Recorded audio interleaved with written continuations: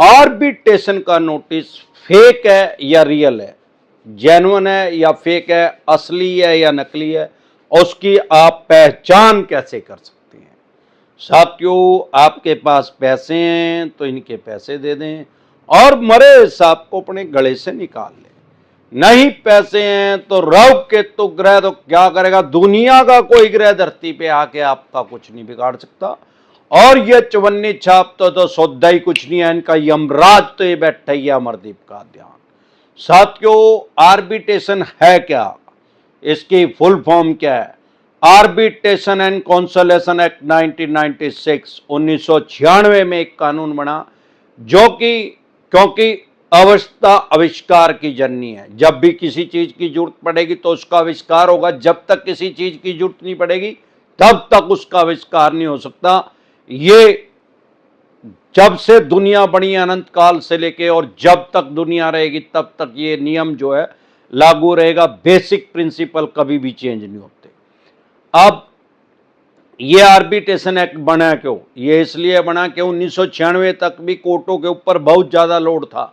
हमारे देश में आज भी लगभग 5 करोड़ केस पेंडिंग है सारे देश की कोर्टों के अंदर, और उस टाइम भी बहुत ज्यादा केस पेंडिंग थे। तो इसलिए ये एक्ट बना भाई, ताकि बारी अपना ये सुलझा लें अपना मध्यस्थ। इसका मतलब है आपके पास नोटिस आ रहा है sole arbitrator, arbitration and consolation act 1996 या सोल आर्बिट्रेटर। सोल आर्बिट्रेटर का मतलब क्या है, सोल आर्बिट्रेटर का मतलब है मीडिएटर, मध्यस्थ, बिचौला। सोल आर्बिट्रेटर अगर आपके पास लिखा आ रहा है तो आप उससे डरे घबराए नहीं। हमारे देश में किसी भी जज का नाम सोल आर्बिट्रेटर नहीं है, किसी भी जज का नाम आर्बिट्रेटर नहीं है। ये बैंक और एनबीएफसी कंपनी के ऑफिसर हैं जिनका नाम आर्बिट्रेटर है।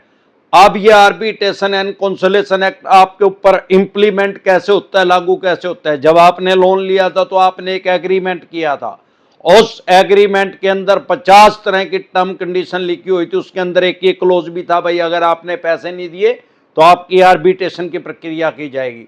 तब आपने वो पढ़ा नहीं। अब बहुत से आदमी कहते हैं कि सर मैंने तो ऑनलाइन लोन लिया। अरे ऑनलाइन लोन लिया था तो अप्रूवल दी थी यार, ओके किया था, एग्री किया था उसको कि भाई मैं आर्बिट्रेशन को मानूंगा। अब आप उससे ना नहीं कर सकते। अब बचाव का तरीका क्या है, हमारे देश में वर्ल्ड की सबसे बड़ी डेमोक्रेसी है। ये डेमोक्रेसी की ब्यूटी है, लोकतंत्र की सुंदरता है ये, कि आम आदमी के पास जितने राइट्स हैं उतने ही भीख मांगने वाले के पास हैं। जो सड़क पे भीख मांग रहा है उसके पास भी उतने ही अधिकार हैं। कानून ने उसको उतना ही अधिकार दिया और अमरदीप का अध्ययन को उतना दिया, आपको भी उतना दिया। और जितना बड़े पद पे है कोई आदमी, उसके पास भी कानून ने उतने ही राइट्स दिए हैं, उसको उतने ही अधिकार दिए हैं। उसके पास किसी बड़े पद पे होने से ऐसा नहीं है कि वो क्राइम कर सकता है, अपराध कर सकता है, उसके पास कुछ अलग से राइट्स आ जाएंगे। अब आर्बिट्रेशन एंड कॉन्सोलेशन एक्ट कब लागू करते हैं, जब भी आपकी ईएमआई डिफॉल्ट हो जाती है तुरंत प्रभाव से आर्बिट्रेशन लागू कर देते हैं। कोई जरूरी नहीं है कि 3 ईएमआई के बाद करेंगे या 5 के या 2 के, क्योंकि बेसिक बात समझे कि कोई जज तो है नहीं कि जज साहब के पास जाना पड़ेगा। अगर कोई भी इनको कोर्ट में आपके ऊपर केस करना पड़ेगा, कम से कम 3 ईएमआई डिफॉल्ट होने की वेट करनी पड़ेगी। जब तक आपका लोन एनपीए में नहीं जाएगा, नॉन परफॉर्मिंग एसेट में नहीं जाएगा, तब तक आपके ऊपर किसी भी तरह का कोई भी केस नहीं हो सकता कोर्ट के अंदर। लेकिन क्योंकि ये कोर्ट का नाम नहीं है, आर्बिट्रेटर जज का नाम नहीं है, ये बैंक एनबीएफसी कंपनी के ऑफिसर हैं, तो ये आर्बिट्रेशन की प्रक्रिया को कभी भी स्टार्ट कर सकते हैं। इसमें कोई गाइडलाइंस नहीं है, कोई बाउंडेशन नहीं है, इनकी मर्जी है कब करेंगे। और क्रेडिट कार्ड में तो हमेशा ही करते हैं, क्योंकि क्रेडिट कार्ड में आपने चेक तो दे नहीं रखा है, इनको तो चेक बाउंस हो नहीं सकता। ईसीएस आपने लगा नहीं रखा तो ईसीएस बाउंस नहीं हो सकता। तो इनके पास पैसा रिकवर करने का क्या तरीका है, आपको साइकोलॉजिकल प्रेशर में कानूनी रूप से लेने का क्या तरीका है। सिर्फ और सिर्फ एक हथियार है इनके पास, आर्बिट्रेटर। क्योंकि आर्बिट्रेटर के पास इतने राइट्स हैं, इतने अधिकार हैं 3 तरह के। सबसे पहले तो वो आपके घर के सामान को टैच करने के ऑर्डर दे सकता है। अगर आपने उसकी बात का जवाब नहीं दिया, वो आपके पास नोटिस भेज रहा है, आप उसको इग्नोर कर रहे हैं, बार बार इग्नोर कर रहे हैं, तो वो वन साइड डिसीजन दे देगा। उसको कानून की भाषा में अवॉर्ड बोलते हैं। जानबूझ के पब्लिक को पागल बनाया जा रहा है, आम और खास आदमी को। आप दिल्ली रहते हैं, फॉर एग्जांपल आपकी आर्बिट्रेशन की प्रक्रिया को चेन्नई कर दिया जाएगा। चेन्नई रहते हैं तो दिल्ली जानबूझ के 2-3 हजार किलोमीटर आपके घर से दूर कर दिया जाएगा ताकि आप उसको टेंड ही ना कर सको। अब जब आपने उसको टेंड नहीं किया तो ये वन साइड कर देंगे उसको। अब दिक्कत कहां आ रही है, लोग उसमें ऑब्जेक्शन क्रिएट नहीं कर रहे, भाई आप इसको वहां क्यों कर रहे हो, मैं दिल्ली रहता हूं, आप चेन्नई क्यों कर रहे हो। अगर आप ऑब्जेक्शन क्रिएट नहीं कर रहे तो इट मीन्स ये मान लिया जाएगा कि आप एग्री, आपको कोई इतराज नहीं, आप दिल्ली रहते हैं, भले ही ये चेन्नई कर ले। यही कारण है कि पब्लिक जो है, आम आदमी जो है, वो अवेयर नहीं है, जागरूक नहीं है। जो अमरदीप कादियान के साथ जुड़ गया उसको तो बैंकिंग का ए से लेके जेड तक पता लग गया है। जब से हमारे देश में बैंकिंग का जन्म हुआ है 1841 से सबसे पहला बैंक बना जिसका नाम था बैंक ऑफ मद्रास। ब्रिटिश काल में, जैसे कि नाम से ही पता लग रहा है, मद्रास मद्रास के अंदर होगा, लेकिन आज की डेट में इसको चेन्नई बोलते हैं। पहले इसका नाम मद्रास था, अभी इसको चेंज करके चेन्नई कर दिया गया है।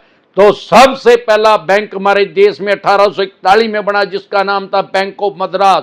बाद में इसका नाम चेंज करके रख दिया गया इंपीरियल बैंक ऑफ इंडिया, और आज की डेट में भी यह बैंक हमारे देश में काम कर रहा है एसबीआई के नाम से, स्टेट बैंक ऑफ इंडिया के नाम से। हमारे देश में 183 साल हो गए हैं बैंकिंग होते हुए। जो भी उसमें अमेंडमेंट हुए हैं, बदलाव हुए हैं आज तक, वो सभी अमरदीप कादियान के माइंड में सेव हैं, यानी खोपड़े के अंदर। मेरा साला इसको खोपड़ा कहता है।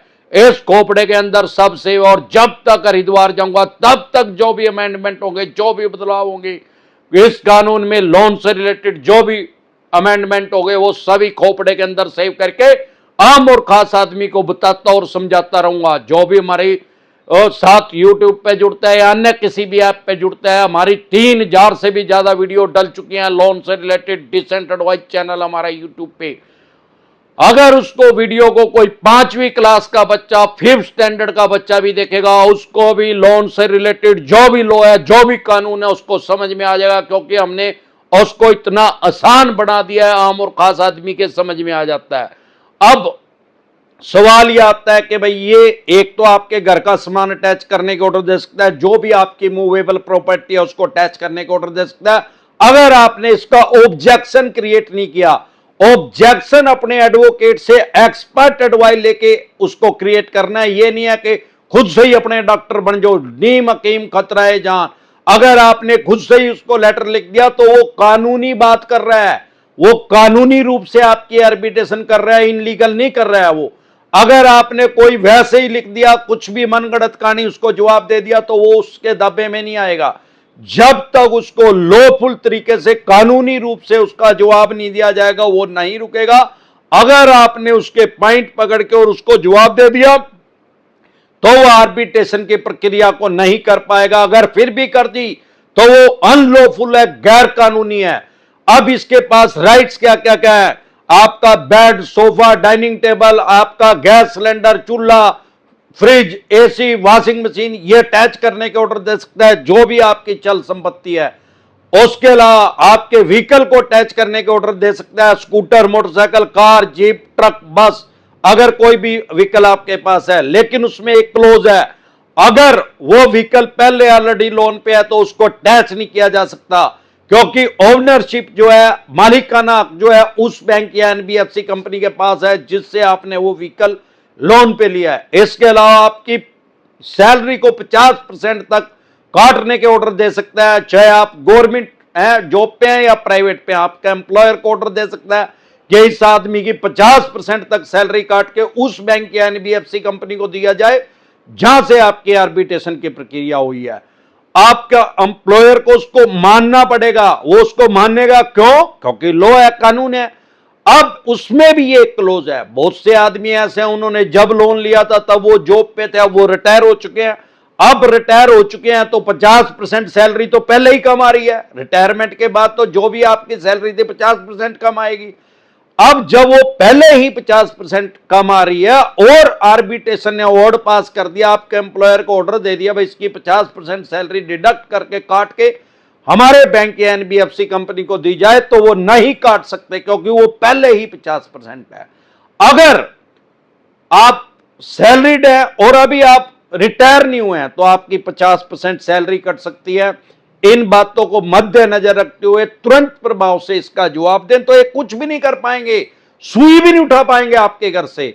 अब सवाल यह आता है कि बहुत से आदमियों को आर्बिट्रेशन के नोटिस का ही नहीं पता, वो उसको यही नहीं पता कि असली है कि नकली है। भाई 99% नोटिस जो है आपके पास फेक आते हैं, डुप्लीकेट आते हैं, चवन्नी छाप खुद से एडिट करके भेज देते हैं। जब भी कोई नोटिस आए, फेक नोटिस डिसेंटेड वाइल के वीडियो देखें, आपको पता लग जाएगा कि ये नोटिस फेक है कि डुप्लीकेट है कि जेन्युइन है। इसके अलावा आर्बिट्रेशन के नोटिस की क्या पहचान है? बहुत से कमेंट हमारे पास आ रहे हैं कि सर आर्बिट्रेशन का तो नोटिस आ गया, सत्यमेव जयते की मोहर नहीं लग रही उसके ऊपर, भारत सरकार की मोहर नहीं लग रही। अरे भाई, सत्यमेव जयते की मोहर सिर्फ और सिर्फ समन के ऊपर लगती है। जो कोर्ट से नोटिस आता है उसको कानून की भाषा में समन बोलते हैं। अगर इन्होंने चेक बाउंस का या ईसीएस बाउंस का केस आपके ऊपर कर दिया, तो जब कोर्ट से आपके पास समन आएगा, नोटिस आएगा, तो उसके ऊपर भारत सरकार की सत्यमेव जयते की मोहर लगी होगी, जो आपके नोट के ऊपर लगी हुई है। लेकिन मैं पहले क्लियर कर चुका हूं, बार बार बता रहा हूं, 1000 बार बता रहा हूं, 3000 से ज्यादा बार बता चुका हूं यार, 3000 से ज्यादा वीडियो डल गया कि आर्बिट्रेटर नाम का हमारे देश में कोई जज ही नहीं है। अरे जब वो आदमी जज ही नहीं आ तो स्टैंप कहां से आएगी उसके पास भारत सरकार की? तो उसके पास वो स्टैंप ही नहीं है, उसके पास तो अपनी स्टैंप है यार, वो भारत सरकार की स्टैंप नहीं लगा सकता क्योंकि वो आदमी जज ही नहीं है। अब उसकी पहचान क्या है? सबसे पहले तो किस तरीके से आपके पास आर्बिट्रेशन का नोटिस भेज सकता है? हार्ड कॉपी भेज सकता है, डाक के द्वारा भेज सकता है, रजिस्टर्ड डाक से भेज सकता है, आपके पास आपकी मेल आईडी पे भेज सकता है, जो भी आपकी रजिस्टर्ड मेल आईडी है, ऐसा नहीं किसी भी मेल आईडी पे भेजा, जो आपने बैंक एनबीएफसी कंपनी को दिया, या जो आपका रजिस्टर्ड नंबर है जो आप उसे लेते हैं शुरू में जब आप लोन लेते हैं, उस पे व्हाट्सएप नंबर वो चालू है, तो उसी व्हाट्सएप नंबर पे भी वो आर्बिट्रेशन का नोटिस भेज सकता है। वो लीगल है, फेक है, जेन्युइन है। कभी भी आर्बिट्रेशन का नोटिस फेक नहीं आता, डुप्लीकेट नहीं आता, लिख के अपनी जेब में डाल लो। क्यों? अरे यार वो जज तो है ही नहीं, वो तो इनके ऑफिसर है। अब जब वो बैंक एनबीएफसी कंपनी के ऑफिसर है तो डुप्लीकेट बनाने की क्या जरूरत है? डुप्लीकेट बनाने की, फेक भेजने की जरूरत नहीं, ओरिजिनल ही भेज देते हैं उसको। तो इसको कभी भी अवॉइड ना करें, कभी भी हल्के में ना लें। अगर आप हल्के में लेंगे तो आप अपने घर के सामान को खो बैठेंगे, अपनी 50% सैलरी को खो बैठेंगे, या जो भी आपका व्हीकल है उसको टैच करवा बैठेंगे। डरे घबराए नहीं, आप अपने एडवोकेट से एक्सपर्ट एडवाइस लेकर उसको ब्रेक करें, रोकें, ऑब्जेक्शन क्रिएट करें, तब वो आपका घर से सुई भी नहीं उठा पाएगा, ना ही आर्बिट्रेशन आपकी हो पाएगी, क्योंकि वो उसका जवाब नहीं दे पाएगा। अगर आपने जो पॉइंट उससे पूछे हैं बिंदुवार उससे जवाब लें कि भाई ऐसे कैसे आप हमारी आर्बिट्रेशन की प्रक्रिया कर रहे हो, आप तो, हम दिल्ली बैठे हैं, आप चेन्नई हो, हम चेन्नई लोन लेने दे गए थे क्या भाई साहब? दिल्ली लिया था, और चेन्नई रहते हैं तो दिल्ली कर रहे हैं, कलकत्ता रहते हैं तो श्रीनगर कर रहे हैं, श्रीनगर रहते हैं तो जयपुर कर रहे हैं। अरे यार, एक उत्तर दिशा है, एक दक्षिण दिशा है, एक इस कोने में है देश के, एक उस कोने में है। बेवकूफ बनाने की, पागल बनाने की स्कीम है इनकी।